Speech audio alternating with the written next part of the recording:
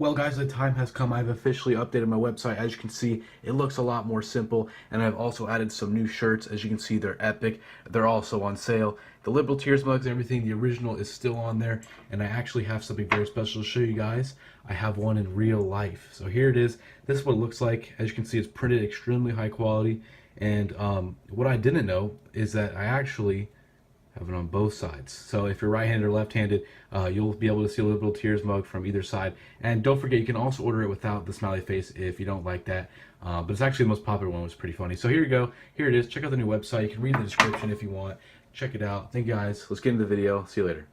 My privilege to be filling in for Charlie Rose tonight, who is on assignment. The media's coverage of the presidential campaign has been a topic of heightened interest throughout the primary and general election season.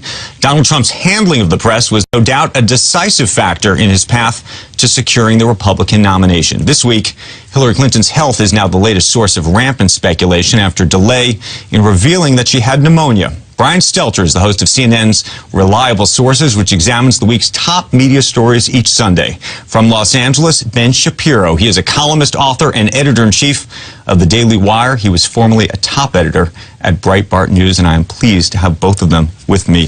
Brian, let me start with you, and let me start with the issue of Hillary Clinton's health.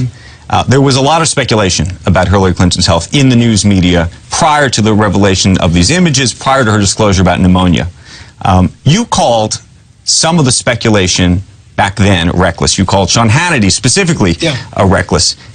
Now that this news is out there, was it still reckless? Some of these figures feel vindicated today, and I don't think they should.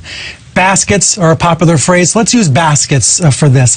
There's a basket of legitimate questioning about Hillary Clinton's health, and some conservative commentators and media figures fit into that basket. They're right to wonder about her health in some cases. But then there's this other basket, a truly deplorable basket. Sean Hannity fits into it. So does Rush Limbaugh, Alex Jones, and others. These are people who bring up rumors and innuendo about Clinton's health and have been doing it for years. I'm not saying Hannity or Limbaugh fit into this necessarily, but some of these figures want her to be sick. They want her to be dying. They want her to be on her deathbed. It's wishful thinking. And that's some of this BS that's on the web, that's on Facebook. And the problem in media today is this stuff then populates our Facebook feeds and our Twitter feeds, and it becomes this innuendo that we don't just see on the front page of the National Enquirer, which is an offender here, but also then seeps into the public discourse. And that's why I think the Hannitys of the world were irresponsible. Let me ask you a different question. Do you think the quote-unquote mainstream media should have been asking questions about her health before? I think the mainstream media was asking those questions. It wasn't necessarily all broadcast, right? But I do think many reporters had been questioning her health, especially with her coughing fits and things like that. It is interesting though, to think about Friday to Sunday of last week when she was diagnosed with pneumonia. The reporters did not know until Sunday. Partly that's because the campaign kept it a secret, and partly it's because it's very hard to get inside the inner circle of the campaign. And maybe on Saturday and Sunday morning, reporters should have been trying harder to get that information. But it is disturbing the campaign withheld it, and it's disturbing the campaign was kept the press in the dark for 90 minutes when she left the 9/11 memorial. Ben, you're listening to Brian here, and I'm curious. I'm curious where you land on this issue. You know, when it comes to the media coverage of this, no, I don't think the media were asking appropriate questions about Hillary Clinton's health. Chris Chaliza of the Washington Post 6 days ago, wrote a column about why we shouldn't be asking any questions about Hillary Clinton's health. Then she collapses, and all of a sudden, it's perfectly legitimate. You know, are you going to release your health records? Why do you have a consistent record of hacking this much? And again, none of that is illegitimate. I agree with Brian that baseless speculation, that there are these videos that go around saying she has Parkinson's disease or MS. I mean, all this is nonsense. Exactly. Having doctors on the air to try and diagnose Hillary based on the fact that there's tape of her coughing is silliness. I mean, my wife is a doctor currently in residency, and she wouldn't be diagnosing people based on 30-second clips of them online. So then what's the appropriate way to do it, though? That's deplorable behavior. It's the difference between reporting and rumor mongering, and there's been too much wishful thinking, rumor mongering. What we need is less guessing and more reporting. Brian. This is Jim Rudenberg in the New York Times. He writes a column called "Trump is Testing the Norms of Objectivity in Journalism." He says, balance has been on vacation since Mr. Trump stepped onto his golden Trump Tower escalator last year to announce his candidacy. Democrats say that Trump has gotten $2 billion in free advertising, free media. Free coverage, yeah. Republicans say that Mr. Trump has gone unchallenged. And I'm going to go to Ben first. Do you think there is true and utter bias in the media? Yeah, I mean, I think there's And bias in two directions. Do you think it's a conscious bias? Yeah, well, it's certainly, yes, obviously there is some conscious bias in the media. And then there's kind of the generalized unconscious bias. Most of the people who are in the mainstream media are people who are Democrats and will vote for Hillary Clinton come November, and they don't reveal that before they go on air. And so, yes, unconscious bias has an impact on how people perceive these particular issues. CNN, MSNBC have run chyrons fact-checking Trump. There's never been a chyron on CNN or MSNBC fact-checking Hillary Clinton. So that's bias in one direction. In the other direction, I'll say that there's sort of been, and this is true for the Trump campaign, there's been this kind of unconscious lowering of the standard of decent behavior for Trump, in the sense that if Donald Trump shows up in Mexico and doesn't really do anything supremely noteworthy, this is considered a major victory for his campaign. If he goes into the debate with Hillary Clinton and doesn't act like an insane loon bag, then that will be a big win for him. So there's sort of a lowering of the standard, because the new standard for normal campaigning has been left behind. I mean, if they held Donald Trump to Mitt Romney's standards, then there's no way that he would have gotten nearly this far. Brian, you think the media is truly down the middle, if you will? I think there's a complicated definition of fairness in this election. Not all lies, not all misstatements are created equal. And so sometimes you look at the chyron, the banner on the bottom of the screen, it may not be fact-checking a Hillary Clinton lie, because that lie may be more complicated, may be more nuanced, may take a whole lot more explanation versus some of what Trump has said. I think in this election, fairness does not mean 50-50 coverage of each candidate and 50-50 treatment. These candidates are not equal. They are not even in that way. And I think Ben is right. There's been a lower standard of treatment for Donald Trump. If you believe that Donald Trump has gone unchallenged, why do you think that's the case? No, I think he has been challenged many times, but the treatment is different for a couple of different reasons. Number one, he has been up until recently very accessible to television networks in particular. He's at the same time simultaneously running a TV-driven campaign, media-driven campaign, and an anti-media campaign. This is the definition of having it both ways.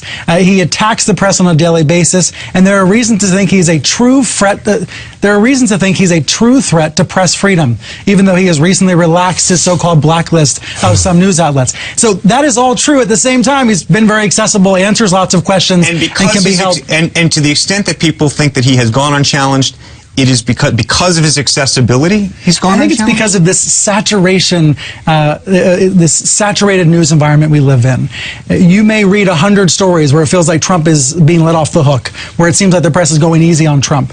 There's 100 other stories elsewhere on your Facebook feed where he's being severely scrutinized, rigorously covered. We live in a choose-your-own-adventure, choose-your-own-news environment, which makes it increasingly difficult for the audience at home to get through the reality of the situation. Ben, I'm assuming that the assertion that there is balance in the coverage of Trump, or that he has gone unchallenged, you will disagree with.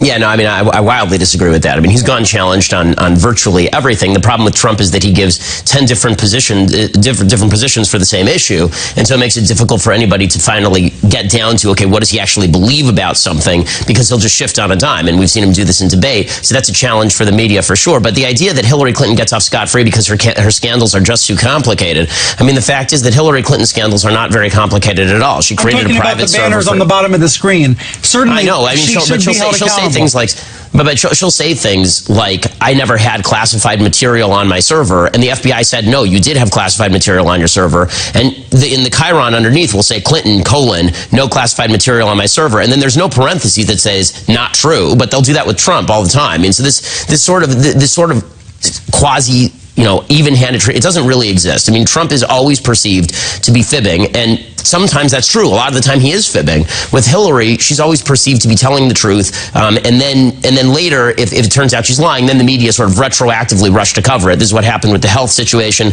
It's what happened with the email server situation. For months, all we heard about the email server was that it wasn't a big deal until the FBI revealed that it actually was kind of a big deal. I don't know what shows you were watching, but what I hear sometimes is a victimization narrative from conservatives. I would just point out there are many liberals who are equally frustrated by news coverage this year. I'm interested, Andrew, in how much anxiety and fear there is, outright fear among liberals about the prospect of a Donald Trump candidacy, and how that's being, they're taking that out on the media in many cases.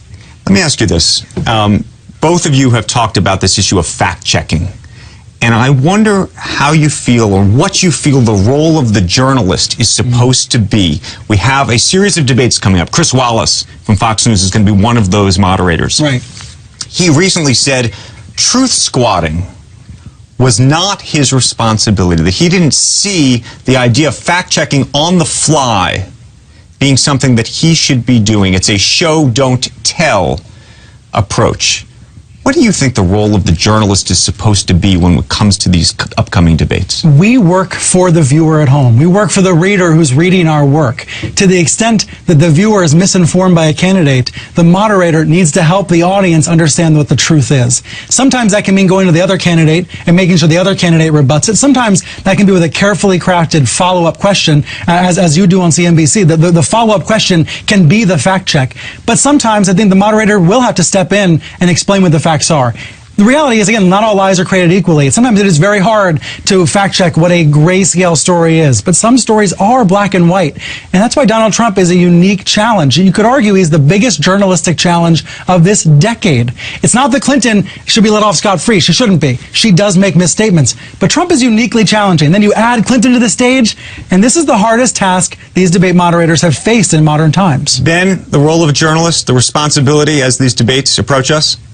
I mean, I think that the role of the journalist in this particular case when it comes to the debates is going to be asking the follow-up questions. And I think that there are a lot of these fact-checkers out there, including organizations like factcheck.org, that do have a bias and where they'll simply grant certain amounts of credibility to candidates based on the political appeal of those candidates or the political leanings of those candidates. It's dangerous to me to have a moderator up there who says, you know, Donald Trump, what you're saying about Vladimir Putin isn't true. Hillary Clinton, what you're saying about your emails is or isn't true, because they're many interpretations, unfortunately, of a lot of these issues. But it would be good to be able to say, you know, Donald, you weren't saying this a year ago. Here's a clip of you not saying this a year ago. And let's stop pretending that this is that difficult a job. It really isn't. We've seen these candidates for a year. It isn't in the sense that we know what they're going to say. I mean, if you've been watching Donald Trump for a year, you can predict what Donald Trump is going to say before he says it. And Hillary Clinton is absolutely predictable. So if you know what they're going to say, you should have a well-crafted follow-up prepared for every one of your questions if they say what you think they're going to. If the moderators don't step in, what I would say is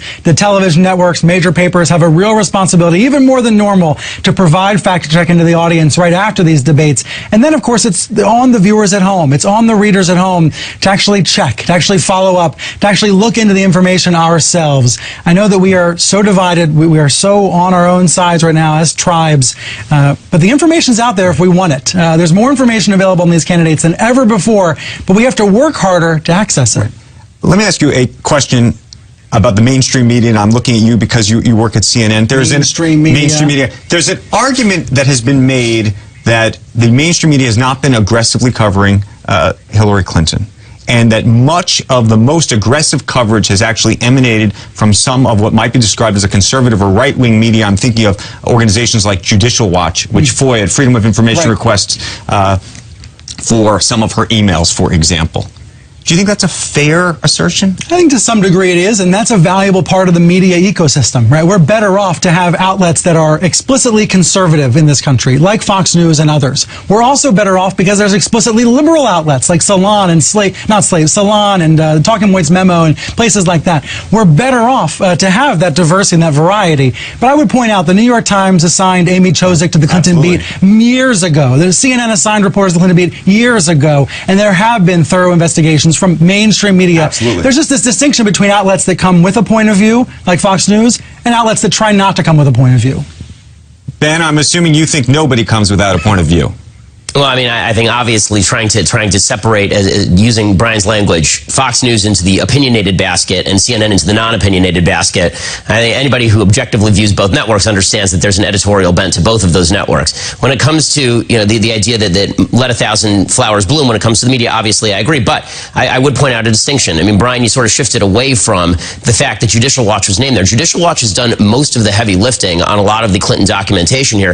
Judicial Watch is not a media outlet. Judicial Watch is a 501c3 organization that FOIAs a lot of these documents from the federal government. And why the Washington Post wasn't doing that, or the New York Times, or you at CNN weren't doing that, is a question that really ought to be looked at. Where I disagree with you is that Judicial Watch now is a media outlet, that all of these groups are media outlets in the way the Media Matter as a nonprofit is. I would also say Donald Trump's campaign and Hillary Clinton campaigns are media outlets, as Ben Smith from BuzzFeed and others have pointed out. Well, all of these outlets now are media outlets, but we should take that seriously because that's been a change. Media is nothing. happening. But that's been a change in our media ecosystem, that all of these outlets, now all these nonprofits, all these companies are media outlets. Again, it's harder for the audience at home. I think it puts more of the onus on us to sort through it all.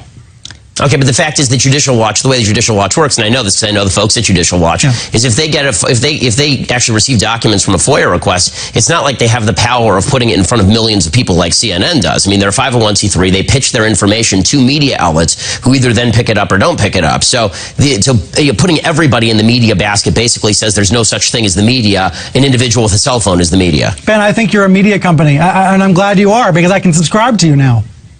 Well, I appreciate it, and I hope everybody subscribes to DailyWire.com as long as we're pitching things. But, the fact is, I do run a media company, but it's a media company that actually has readers and spends money to market our material, and we actually try and get that out there. Judicial Watch is getting documents from the federal government. Why is it right now we know that the media are trying to unseal Donald Trump's divorce records in the Ivana Trump case? Why weren't they FOIAing Hillary Clinton's State Department records? The Associated Press was for years. They went to court to get them. That's and true. Recently did. The AP was. And the Obama administration was trying to crack down on the AP for various other reasons. So, earlier in this particular segment, you were talking about the fact that you thought that Trump was a threat to press freedom. I don't wholly disagree with that, but the idea that Hillary isn't, when obviously she's been less than forthcoming with the press, and Barack Obama has been maybe the worst guy for the press in the modern presidency, is I think, again, just evidence of maybe bias on your part. It is not bias on my part. I would agree with you. Clinton is also in some ways a threat. Trump has taken more explicit steps to curtail the press.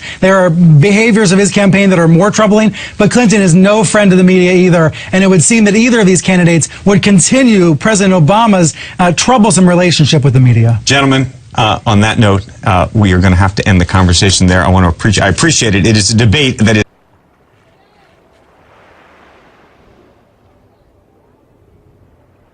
Hello, everyone. Hey, I'm just stopping by to remind you that liberals are insane.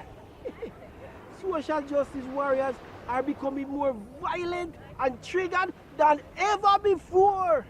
Anyways, be sure to subscribe to KGP TV on YouTube and have a blessed day. Yeah, man.